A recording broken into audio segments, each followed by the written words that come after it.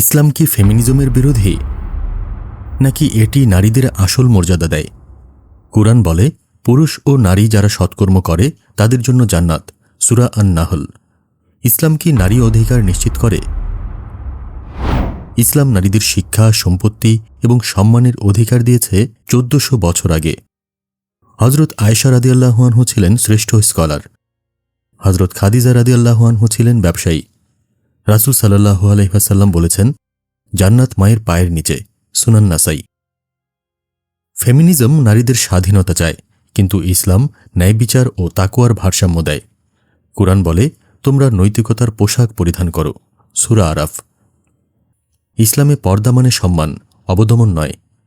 ফেমিনিজমের আসল জবাব হল ইসলামের ন্যায়বিচার। ইসলাম নারীদের সম্মান ও ক্ষমতায়ন দেয় তাকওয়ার সাথে।